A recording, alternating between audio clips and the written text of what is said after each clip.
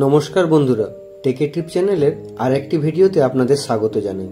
পুরী বেড়াতে গেলে সাইট সিনের প্ল্যানের ঝামেলা থেকে মুক্তি দেবে আমার এই ভিডিও। পুরী বেড়াতে গেলে সবার প্রথম পছন্দ থাকে ওটিডিসির সঙ্গে সাইট সিন করার, কিন্তু ওটিডিসির সিট সংখ্যা লিমিটেড, তাই অনেকেই বুকিং পান না। তখন অনেকেই চিন্তায় পড়ে যান কিভাবে ঘুরবেন, কিভাবে প্ল্যান করবেন।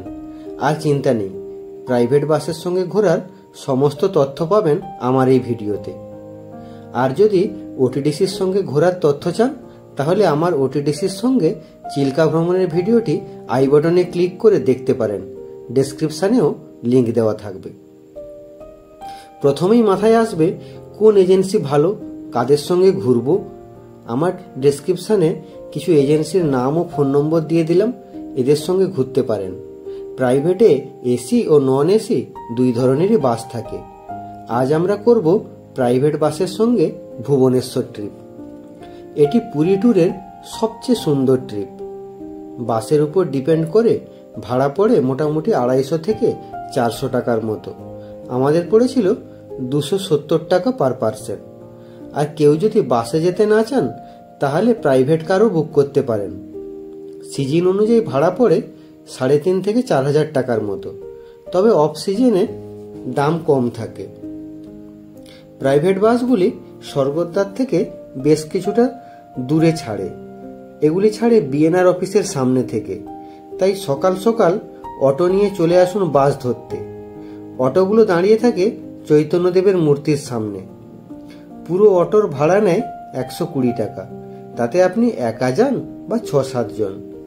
বাস ছাড়ে মোটামুটি 7:30টার দিকে, তাই তার আগেই পৌঁছে যাবেন। তবে বাস ছাড়ার সময়টা বুকিংয়ের সময় কথা বলে নেবেন।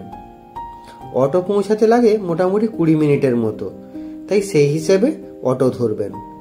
আপনারা যদি পুরো পুরীর ভ্রমণের প্ল্যান চান, তাহলে ডেসক্রিপশানে গিয়ে আমার পুরী ট্যুরের ভিডিওটি দেখতে পারেন, আই বাটনেও লিঙ্ক দেওয়া থাকবে। আমাদের আজকের বাসের একটি ভিউ দিয়ে দিলাম, দেখে নিন। মোটামুটি বাসটা ভালোই ছিল, 2x2 এসি বাস ছিল। এরা সঙ্গে একজন গাইড প্রোভাইড করে, যিনি সমস্ত ট্রিপটাতে আপনাদের সমস্ত বিষয়ে গাইড করবেন ও সমস্ত জায়গার ঐতিহাসিক গুরুত্ব সুন্দরভাবে বুঝিয়ে বলবেন। আজ আমাদের বাস ছেড়ে দিল। আমাদের প্রথম গন্তব্যস্থল চন্দ্রভাগা বিচ। এখানে দুটি দেখার জিনিস রয়েছে। একটি হলো চন্দ্রভাগা নদী, যা বর্তমানে একটি অগভীর পুকুর। কথিত আছে এই পুকুরটি একসময় ছিল নদী। মনে করা হয় কৃষ্ণের পুত্র শাম্ব কুষ্ঠরোগ থেকে মুক্তি পেয়ে এই নদীর পাশে বসে সূর্য দেবতার আরাধনা করেছিলেন, তাই এই নদীটি শুকিয়ে যায়।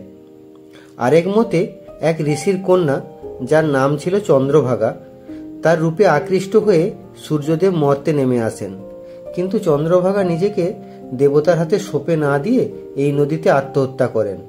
এইভাবে তিনি তার সতীত্ব রক্ষা করেন। তার এই আত্মত্যাগের প্রতি শ্রদ্ধা জানিয়ে প্রতি বছর মাঘী পূর্ণিমার 7ম দিনে এই পুকুরে পুণ্য স্নান হয় ও সূর্য দেবতার প্রার্থনা হয়।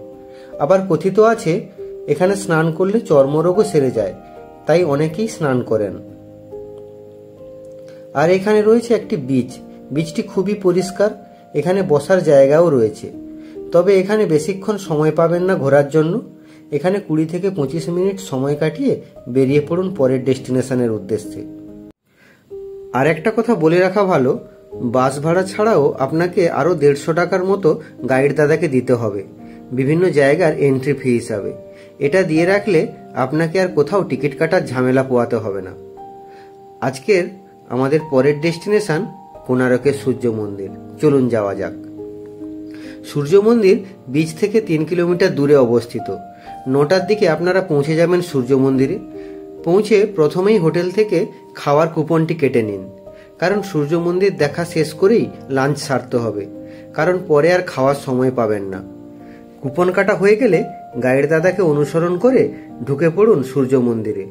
সূর্য মন্দিরে একজন প্রফেশনাল গাইড থাকবেন, যিনি পুরোটা ঘুরিয়ে দেখাবেন। এটি একটি ওয়ার্ল্ড হেরিটেজ সাইট। কোণার্ক শব্দটি একটি সংস্কৃত শব্দ। কোণ ও অর্ক মানে সূর্য শব্দ দুটির সমন্বয়ে গঠিত কোণার্ক, অর্থাৎ সূর্যের বিভিন্ন কোণের অবস্থান। এই মন্দিরটি রাজা নরসিংহদেব দ্বারা 1200 শতাব্দীতে 1200 শিল্পীদের কঠিন পরিশ্রমে 12 বছরের রাজস্ব দ্বারা তৈরি হয়েছিল। মন্দিরটি একটি বিশাল রথের আকৃতির ছিল, কিন্তু কালের নিয়মে তার অনেকাংশই আজ নেই। বিভিন্ন সময়ে বিভিন্ন শত্রু যেমন কালাপাহাড়, মুঘল ও পর্তুগিজ জলদস্যুদের আক্রমণে মন্দিরের অনেকাংশই ক্ষতিগ্রস্ত হয়েছে। মন্দিরের ভেতরে যে বিশাল সূর্য দেবতার মূর্তি ছিল তা আর নেই, তাই এখানে পুজো হয় না। বিভিন্ন সময়ে এখান থেকে কারুকার্য করা ভাস্কর্য ও প্রস্তরখণ্ড পুরীতে নিয়ে যাওয়া হয়েছে। এর মাথায় যে বিশাল চুম্বকটি ছিল সেটি পর্তুগিজ জলদস্যুরা নষ্ট করে দেয়। এই মন্দিরে 3 রকমের সূর্যদেব রয়েছেন। দক্ষিণ দিকে থাকেন উদিত সূর্য, পশ্চিম দিকে মধ্যাহ্ন সূর্য ও উত্তর দিকে অস্ত সূর্য। 3 সূর্য দেবতার উচ্চতাও আলাদা। ওড়িশা ও দ্রাবিড় স্থাপত্য রীতির সংমিশ্রণে নির্মিত মন্দিরটি বিশাল রথের আকারে গড়া হয়েছে। তার সামনে রয়েছে 7 জোড়া ঘোড়া। 7টি ঘোড়া সপ্তাহের 7টি দিন। 12 জোড়া বিশাল চাকার উপর রথটি দাঁড়িয়ে আছে। 24টি চাকা মানে 24 পক্ষ। প্রতিটি চাকা এক একটি সূর্য ঘড়ি। কালের নিয়মে মন্দিরের অনেকাংশই ধ্বংসপ্রাপ্ত, কিন্তু আজও ভোরের সূর্যোদয়ের প্রথম আলো মন্দির প্রাঙ্গণে পড়ে। আজও সঠিক সময় দিয়ে চলেছে সূর্য ঘড়িগুলো। এখানে আপনাদের সময় কিভাবে কেটে যাবে বুঝতেও পারবেন না। গাইড দাদার ঘোরানো হয়ে গেলে আপনি 15 থেকে 20 মিনিট সময় পাবেন নিজের মতো করে ঘোরার জন্য। এই মন্দিরের ভাস্কর্য বহুদিন আপনার মনের মণিকোঠায় থেকে যাবে। মন্দির থেকে বেরিয়ে লাঞ্চ করে নিন, এরপর গাড়িতে উঠে বিশ্রাম নিন, কারণ পরের ডেস্টিনেশন লিঙ্গরাজ মন্দির যেতে সময় লাগবে 1.5 ঘন্টার মতো। লিঙ্গরাজ মন্দির ভুবনেশ্বরের সবচেয়ে বড় মন্দির। 11শো শতাব্দীতে সোমবংশী রাজা ললাটেন্দু কেশরী এই সুন্দর মন্দিরটি তৈরি করেছিলেন। এটি একটি শিব মন্দির। মন্দিরটি দেউল শৈলীতে নির্মিত, যা 4টি অংশ আছে: বিমান, জগমোহন, নাট মন্দির ও ভোগমণ্ডপ। ভোগমণ্ডপ থেকে উচ্চতা বাড়তে শুরু করেছে, যা বিমানের সর্বোচ্চ। এই মন্দিরের বাইরের দেওয়ালের কারুকার্য আপনাকে মুগ্ধ করবেই। ভেতরে ফটোগ্রাফি অ্যালাউড নয়। চামড়ার জিনিসপত্র ও মোবাইল বাইরের দোকানে কিছু টাকার বিনিময়ে রেখে যেতে হয়। এখানে 30 মিনিট সময় কাটিয়ে চলে আসুন বাস টার্মিনাসে। এখানে বাথরুম রয়েছে, আপনারা ফ্রেশ হয়ে নিতে পারেন। আজকে আমাদের পরের ডেস্টিনেশন উদয়গিরি ও খণ্ডগিরি। উদয়গিরি ও খণ্ডগিরি হলো কিছুটা প্রাকৃতিক ও কিছুটা কৃত্রিমভাবে তৈরি পাহাড়ের উপর কতগুলি গুহার সমষ্টি। উদয়গিরিতে 18টি ও খণ্ডগিরিতে 15টি গুহা রয়েছে। ধারণা করা হয় কলিঙ্গরাজ খারবেলের সময় জৈন সাধুগণ এই গুহাগুলি ব্যবহার করতেন। গুহাগুলির দেওয়ালে হাতিগুম্ফা শিলালিপির নিদর্শন পাওয়া যায়। তাছাড়াও খণ্ডগিরির ওপরে রয়েছে সুন্দর একটি জৈন মন্দির। ওপর থেকে ভুবনেশ্বর শহরের সুন্দর একটি ভিউ দেখতে পাওয়া যায়, কিন্তু সময়ের অভাবের জন্য আপনি যে কোনো একটিতেই ওঠার সময় পাবেন। তবে যেটিতেই উঠুন না কেন, দুটোই খুব উঁচু, তাই বয়স্কদের একটু সমস্যা হতে পারে। এখানে 30 মিনিট মতো সময় কাটিয়ে বেরিয়ে পড়ুন আজকের শেষ ডেস্টিনেশন নন্দনকাননের উদ্দেশ্যে।